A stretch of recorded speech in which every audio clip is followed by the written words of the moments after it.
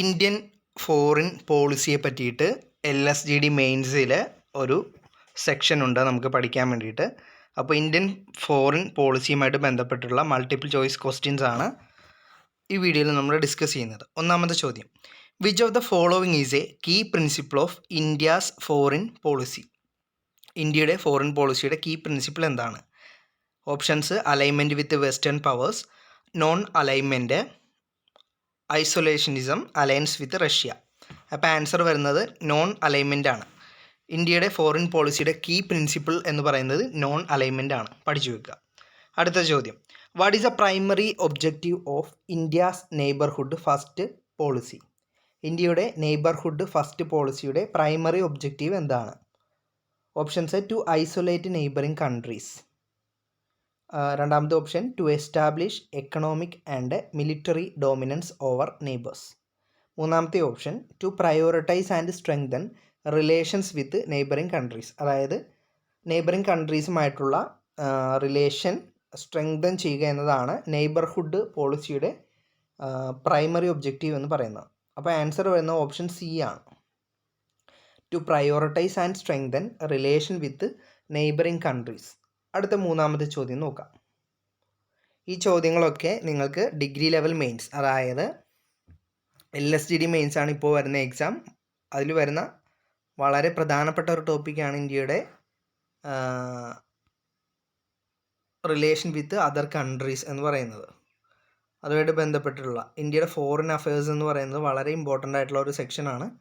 ആ ചോദ്യങ്ങളാണ് നമ്മളിവിടെ പഠിച്ചുകൊണ്ടിരിക്കുന്നത്. മൂന്നാമത്തെ ചോദ്യം, the act East policy of India. ഇന്ത്യയുടെ ഒരു പോളിസിയാണ് ആക്ട് ഈസ്റ്റ് പോളിസി എന്ന് പറയുന്നത്. അത് എന്തുമായിട്ടാണ് ബന്ധപ്പെട്ടിരിക്കുന്നത്?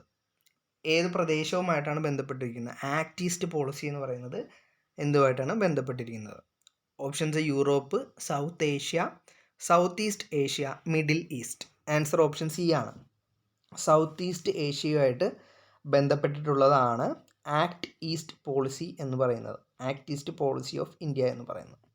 അടുത്ത നാലാമത്തെ ചോദ്യമാണ്, which of the following grouping is India a part in the Indo Pacific region? Indo Pacific റീജിയനിൽ വരുന്ന ഗ്രൂപ്പിംഗ് ഏതാണ്? ഇന്ത്യക്ക് കുറേ സംഘടനകളുമായിട്ടൊക്കെ അംഗത്വമുള്ളതാണ്. അതിലെ പ്രധാനപ്പെട്ടതൊക്കെയാണ് ഇവിടെ കൊടുത്തിരിക്കുന്നത്: നാറ്റോ, ആസിയാൻ, ബ്രിക്സ്, ക്വാഡ്. അതിൽ ഇൻഡോ പസഫിക് റീജിയനിൽ വരുന്നത് ക്വാഡാണ്. ക്വാഡ് രാഷ്ട്രങ്ങൾ ഏതൊക്കെയാണ് നമുക്കറിയാം. US ഉണ്ട്, ഓസ്ട്രേലിയ ഉണ്ട്, ജപ്പാനുണ്ട്, ഇന്ത്യയുണ്ട്. ഇതാണ് ക്വാഡ് രാഷ്ട്രങ്ങളെന്ന് പറയുന്നത്. 4 രാഷ്ട്രങ്ങളാണ്.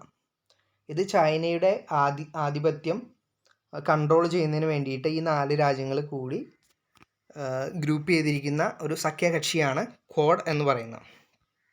അത് ഇൻഡോ പസഫിക് റീജിയനിലാണ്. അടുത്തത് അഞ്ചാമത്തെ ചോദ്യമാണ്, India stands on climate change emphasises. Climate ചേഞ്ചിനെ പറ്റി പറയുമ്പോൾ ഇന്ത്യയുടെ സ്റ്റാൻസ് എന്താണ്? ഓപ്ഷൻസ് നോക്കാം: rapid industrialisation without concern for the environment. എൻവയോൺമെൻറ്റിനെ കൺസേൺ ചെയ്യാതെയുള്ള പ്രവർത്തനങ്ങളൊന്നും ഇന്ത്യ ഏർപ്പെടുന്നില്ല. രണ്ടാമത്തെ option, opposition to all global climate agreement. Global climate എഗ്രിമെൻറ്റിനൊക്കെ ഒപ്പോസാണോ ഇന്ത്യ? അല്ല, അപ്പോൾ അതും തെറ്റാണ്. മൂന്നാമത്തെ option, sustainable development and participation in global climate negotiation.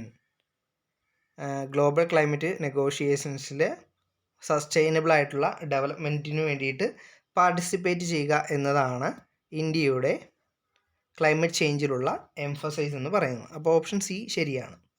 അടുത്തത് ഇഗ്നോറിങ് ഇൻ്റർനാഷണൽ എൻവയോൺമെൻറ്റ് എഗ്രിമെൻറ്റ്. അതും തെറ്റാണ്. അപ്പോൾ നിങ്ങൾക്ക് ഇത് ശരിക്കും ആൻസർ അറിയില്ലെങ്കിൽ തന്നെ നമുക്ക് ആൻസറിലേക്ക് എത്താനുള്ള വാക്കുകൾ ഇവിടെ നമുക്ക് കാണാൻ സാധിക്കും.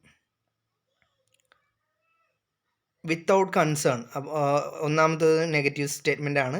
ഒപ്പോസിഷൻ, ഒരു സ്റ്റേറ്റ്മെൻറ്റിനെ ഒപ്പോസ് ചെയ്യുകയാണോ ഇന്ത്യ? അല്ല, അത് നെഗറ്റീവാണ്. ഇഗ്നോർ ചെയ്യുക, ഡി ഓപ്ഷൻ നോക്കുക, ഇഗ്നോർ ചെയ്യുക, അത് ഒരു നെഗറ്റീവ് ടച്ചുള്ള സ്റ്റേറ്റ്മെൻ്റ് ആണ്. അപ്പോൾ പോസിറ്റീവായിട്ടുള്ള ഒരു സ്റ്റേറ്റ്മെൻറ്റ് എന്ന് പറയുന്നത് ഓപ്ഷൻ സി ആണ്. അങ്ങനെയും നമുക്ക് ആൻസറിലേക്ക് എത്താൻ സാധിക്കും. അടുത്ത ചോദ്യം, which of the following is an initiative to engage with the Indian communities abroad? Indian communities, അബ്രോഡിലുള്ള ഇന്ത്യൻ കമ്മ്യൂണിറ്റീസുമായിട്ട് എൻഗേജ് ചെയ്യാനുള്ള ഇനിഷ്യേറ്റീവ് എന്താണ്? Non alignment movement, look East policy, diaspora diplomacy, act West policy. അപ്പോൾ ആൻസർ വരുന്നത് diaspora ഡിപ്ലോമസിയാണ്. അടുത്തത് 7ാമത്തെ ചോദ്യമാണ്. India is a founding member of which global movement which aimed to remain independent during the cold war? India is a founding member of which global movement? ഏത് global മൂവ്മെൻറ്റിൻ്റെ founding മെമ്പറാണ് India? എന്താണ്? Which aimed to remain independent during the cold war. അതായത് ശീതയുദ്ധ സമയത്ത് independent ആയിട്ട് നിലകൊള്ളുന്നതിന് വേണ്ടിയിട്ട് ഒരു സംഘടന ഉണ്ടായിരുന്നു. അപ്പോൾ അതിൻ്റെ ഫൗണ്ടിങ് മെമ്പറാണ് ഇന്ത്യ. ഏതാണ് സംഘടന എന്നാണ് നമ്മളോട് ചോദിച്ചിരിക്കുന്നത്. ഓപ്ഷൻസ് നാറ്റോ ഉണ്ട്, വാർസോ പാക്റ്റ് ഉണ്ട്, നോൺ അലൈൻമെൻറ്റ് മൂവ്മെൻ്റ് ഉണ്ട്, ആസിയാൻ ഉണ്ട്. ഇതിലേത് സംഘടനയാണെന്ന് ആണ് ചോദ്യം. ആൻസർ നാം ആണ്, നോൺ അലൈൻമെൻറ്റ് മൂവ്മെൻറ്റ്. ഇന്തോനേഷ്യയിൽ തുടങ്ങിയ നാം, നോൺ അലൈൻമെൻറ്റ് മൂവ്മെൻ്റ് ആണ് ശരി ഉത്തരം.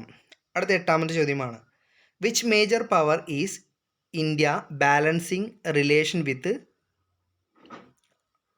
under its policy of strategic autonomy? Which major power is India balancing relation with under its power policy of strategic autonomy? Options നോക്കുക. United State, China, Russia, all of the above. നിങ്ങളൊന്ന് ചിന്തിക്കുക, answer കണ്ടുപിടിക്കുക. All of the above ആണ്. United സ്റ്റേറ്റുമായിട്ട് ഇന്ത്യക്ക് strategic relation ഉണ്ട്, ശരിയല്ലേ?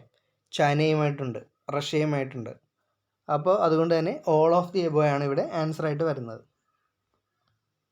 അടുത്തത്, കാരണം നമുക്ക് ഒരു രാജ്യത്തെ ഒഴിവാക്കിയിട്ടൊന്നും ചെയ്യാൻ സാധിക്കുകയില്ല. എല്ലാ വൻകിട രാജ്യങ്ങളുമായിട്ട് ഇന്ത്യക്ക് റിലേഷൻ ഉണ്ട് എന്ന കാര്യം നമ്മൾ മനസ്സിലാക്കണം. അടുത്ത ചോദ്യം. India's foreign policy include active participation in which of the following international organisation? ഇന്ത്യയുടെ ഫോറിൻ പോളിസിയെ പറ്റിയുള്ള അടുത്ത ചോദ്യമാണ്. ഇന്ത്യക്ക് താഴെ പറയുന്നതിൽ ഏത് സംഘടനയുമായിട്ടാണ് ആക്റ്റീവ് പാർട്ടിസിപ്പേഷൻ ഉള്ളത്? G7 ആണോ, ഒപ്പേക് ആണോ, യുണൈറ്റഡ് നേഷൻ ആണോ, വാർസോ പാക്റ്റ് ആണോ? ഈ പറയുന്ന സംഘടനകളിൽ ഏതിലാണ് ഇന്ത്യ ഉള്ളതെന്ന് നോക്കുക. ആൻസർ UN-ലാണ് ഇന്ത്യ ഉള്ളത്. G7-ൽ ഇന്ത്യയില്ല. ഒപ്പേക് എന്ന് വെച്ച് കഴിഞ്ഞാൽ അറബ് രാജ്യങ്ങളുടെ പെട്രോളിയം സംഘടനയാണ് ഒപ്പേക് എന്ന് പറയുന്നത്. വാർസോ പാക്റ്റ് ഇന്ത്യയായിട്ട് റിലേറ്റ് ചെയ്യുന്നില്ല. ഇന്ത്യ എവിടെയാണ്? ഐക്യരാഷ്ട്ര സംഘടനയിലെ ഒരു താൽക്കാലിക അംഗമാണ് ഇന്ത്യ. അപ്പോൾ UN ആണ് ആൻസർ. അടുത്തത് ഇന്നത്തെ ലാസ്റ്റ് ചോദ്യമാണ്. India's look East policy was later rebranded as which of the following? ഇന്ത്യയുടെ ലുക്ക് ഈസ്റ്റ് പോളിസി എന്ന് പറയുന്നത് പിന്നീട് റീബ്രാൻഡ് ചെയ്തിട്ടുണ്ട്. അത് എന്താണ്?